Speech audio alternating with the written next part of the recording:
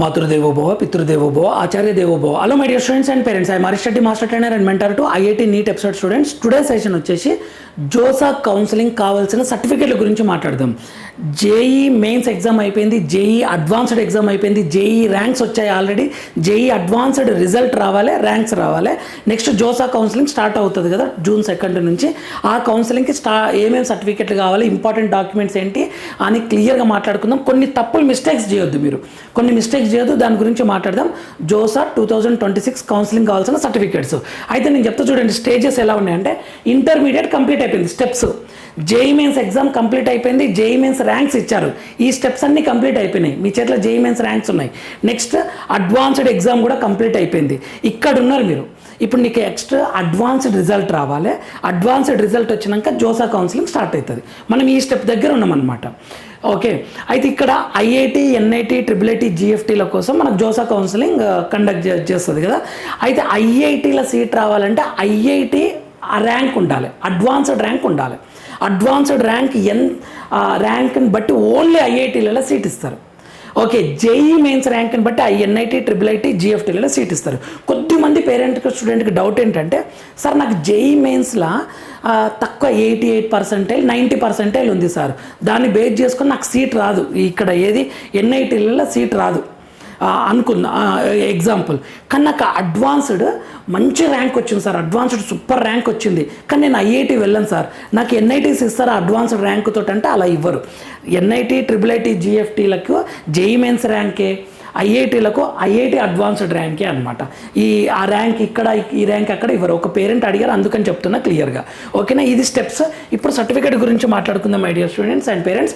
Don't do this mistakes, ఈ mistakes మాత్రం చేయకండి. వెబ్ ఆప్షన్స్ ఇచ్చేటప్పుడు చాలా కేర్ఫుల్గా ఉండాలి. ఆ వెబ్ ఆప్షన్స్ ఎలా ఇవ్వాలి, ఐఐటి మద్రాస్ ఫస్టా, కాన్పూర్ ఫస్టా, ఖరగ్పూర్ ఫస్టా, రూర్కీ ఫస్టా, ఆ వెబ్ ఆప్షన్స్ వెరీ క్లియర్గా మన ఛానల్లో ఫ్రీ మెంటర్షిప్పే ఉంటుంది, ఎటువంటి మనీ లేదు, అప్లోడ్ చేయడం జరుగుతుంది. ఒక్కసారి విజిట్ చేయండి. వెబ్ ఆప్షన్స్ ఇవ్వకంటే ముందు నేను చాలా వీడియోస్ అప్లోడ్ చేస్తాను మన ఛానల్లో, ఒకసారి విజిట్ చేయండి. వెబ్ ఆప్షన్స్ పెట్టేటప్పుడు చాలా కేర్ఫుల్గా ఉండాలి. ఎందుకంటే మీరు నార్మల్ కాలేజ్ తీసుకొని ఫస్ట్ ప్రిఫరెన్స్ ఇచ్చారనుకోండి, అదే వచ్చింది అనుకోండి, ఏం చేయలేమన్నమాట. ఓకేనా, అలా అనమాట. ఫస్ట్ రౌండ్లోనే చాలా కేర్ఫుల్గా ఉండాలి.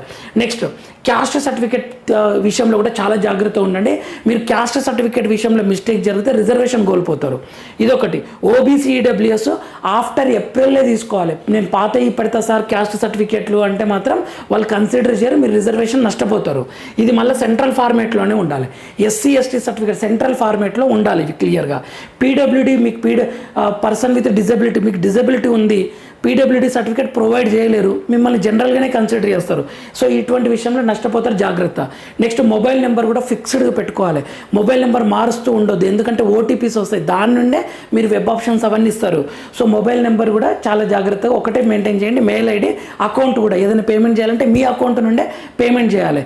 ఎందుకంటే ఒకవేళ సీట్కి నాకు రాకుండా మీకు మనీ రిఫండ్ రావాలంటే అదే అకౌంట్కి పంపిస్తారనమాట. సో ఈ మిస్టేక్స్ మాత్రం చేయకండి. ఇప్పుడు సర్టిఫికేట్ విషయానికి వద్దాం. ఇంపార్టెంట్ సర్టిఫికెట్ మెయిన్గా hall ticket. Okay, hall ticket, rank card main ఉండాల్సిందే మీ దగ్గర. అడ్వాన్స్డ్ అయితే advanced rank card, JEE mains అయితే జేఈ మెయిన్స్ ర్యాంక్ కార్డు ఉండాలి. ఓకేనా, ర్యాంక్ కార్డు ఉండాలి. నెక్స్ట్ 10th మెమో ఉండాలి, డేట్ ఆఫ్ బర్త్ ప్రూఫ్ కోసం 10th మెమో ఖచ్చితంగా ఉండాలి. ఓకే, మీ దగ్గర పీడిఎఫ్ చేసి పెట్టుకోండి ఒక్కొక్క సర్టిఫికేట్ని. ఓకే, ఇంటర్ మెమో ఉండాలి. ఇంటర్ మెమో ఇప్పుడు లాంగ్ మెమో లేదు కదా సార్ అంటే షార్ట్ మెమో ఉంటుంది కదా, దాని మీద principal sign and with college stamp ఉండాలి ఖచ్చితంగా. అది లేకుంటే అడుగుతారు మళ్ళీ మిమ్మల్ని జోసా వాళ్ళు. ఓకే, కాలేజ్ టైం మళ్ళీ మీరు జాయిన్ అయ్యేటప్పటికి లాంగ్ మెమో వస్తుంది కదా, అది ఖచ్చితంగా చూపించాలి వాళ్ళకు. ఓకేనా, ఇది లాంగ్ టర్మ్ స్టూడెంట్స్ దగ్గర లాంగ్ మెమో ఉంటుంది నో డౌట్. సో వాళ్ళు డైరెక్ట్గా నో ఇష్యూ. అయితే లాంగ్ టర్మ్ స్టూడెంట్కి గ్యాప్ సర్టిఫికేట్ తీసి పెట్టుకోండి. సో ఇది ఇంటర్ మెమో, ఇవి important documents. Next inter hall ticket ఉండాలి. ఇంటర్ హాల్ టికెట్ ఎందుకంటే లోకల్ స్టేట్ ప్రూఫ్ కోసం. ఎక్కడ తిరిగి మీరు ఆంధ్రప్రదేశ్ కాలేజీలో చదివినారా, తెలంగాణ కాలేజీలో చదివినారా, ఇలా అనమాట. ఇంటర్ హాల్ టికెట్ ఉండాలి. ట్రాన్స్ఫర్ సర్టిఫికేట్ కూడా వర్కౌట్ అవుతుంది, ఇంటర్ ట్రాన్స్ఫర్ సర్టిఫికేట్ ఉండాలి, టీసీ. నెక్స్ట్ స్టడీ సర్టిఫికేట్స్ పెట్టుకోండి. ఓకే, మనకు స్కూల్ నుంచి ఉంటాయి కదా. నెక్స్ట్ రిజర్వేషన్ సర్టిఫికేట్స్ చాలా చాలా ఇంపార్టెంట్. రిజర్వేషన్ సంబంధించినవి ఓబీసీ, ఎన్సీఎల్ ఉందనుకోని మీకు రిజర్వేషన్ వర్తిస్తుంది. ఎన్సీఎల్ నాన్ క్రిమి లేయర్ అనమాట.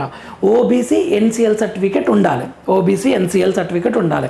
ఇది ఆఫ్టర్ ఏప్రిల్లే ఉండాలి, కొత్తది ఉండాలి. నెక్స్ట్ ఈడబ్ల్యూఎస్ సర్టిఫికేట్ కూడా కొత్తది ఉండాలి ఆఫ్టర్ ఏప్రిల్లే.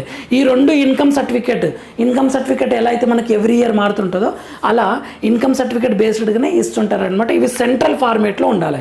కన్ఫ్యూజ్ అవ్వకండి.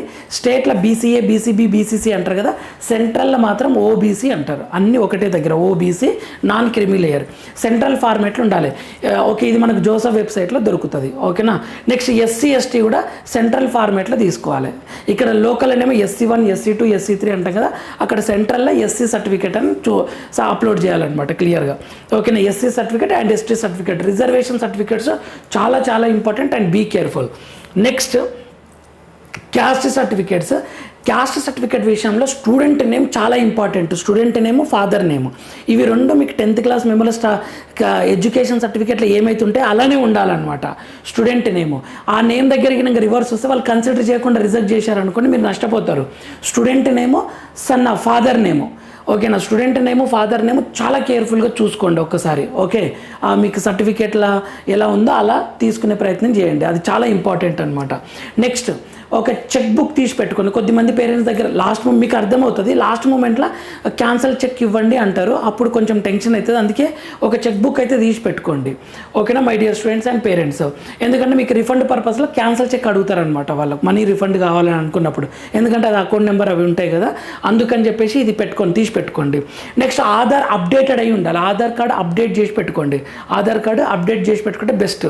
నెక్స్ట్ మెడికల్ సర్టిఫికేట్ ఉంటుంది. మెడికల్ సర్టిఫికేట్ ప్రతి స్టూడెంట్ నేను ఇంత హైట్ ఉన్నా, ఇంత వెయిట్ ఉన్నా, నాకు అని మొత్తం నాకు హెల్త్ పాయింట్ ఆఫ్ వ్యూ నేను పర్ఫెక్ట్గా ఉన్నా అని చెప్పేసి మీరు ఒక డాక్టర్ దగ్గర మీరు స్టాంప్ తీసుకొని రావాలన్నమాట. ఓకే, ఇది మెడికల్ సర్టిఫికేట్ ఖచ్చితంగా సబ్మిట్ చేయాల్సి ఉంటుంది. నెక్స్ట్ ఇవి సర్టిఫికేట్స్. పీడబ్ల్యూడి విషయంలో చాలా జాగ్రత్తగా ఉండండి. యూడిఐడి అయితే మీరు ఇక్కడ ఒక మిస్టేక్ చేయొద్దు. ఏంటి అంటే పీడబ్ల్యూడి, సరే ఫర్ కొద్దిమంది పేరెంట్స్ ఎవరు అలా చెయ్యరు డిజబిలిటీ విషయంలో, కానీ పాసిబిలిటీ ఒక డాక్టర్ దగ్గర కొంత డిజబిలిటీ ఎక్కువ రాపించుకొని వచ్చారనుకోండి, దాని బేస్డ్గా రిజర్వేషన్ వచ్చింది అనుకోండి, తర్వాత మీకు సీట్ వచ్చినాక క్రాస్ చెక్ చేస్తారు క్లియర్గా.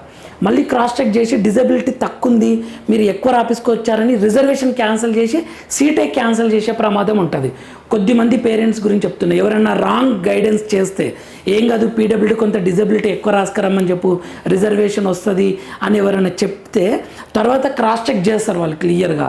ఓకేనా, అప్పుడు ప్రాబ్లం అవుతుంది, సీటే క్యాన్సిల్ అయితే జాగ్రత్త my dear students and parents. UDID number ఉండాలి. Next cap certificate, children of armed person, ఇటువంటి ఎక్స్ట్రా సర్టిఫికేట్స్ రిజర్వేషన్ సంబంధించిన ఉంటే ఖచ్చితంగా తీసి పెట్టుకోండి my dear students and parents. Next mobile number, ఖచ్చితంగా ఓటీపీస్ వస్తుంటాయి కాబట్టి ఒక్కటే నెంబర్ మెయింటైన్ చేయండి. మెయిల్ ఐడి ఫిక్స్డ్ ఒకటే పెట్టుకోండి.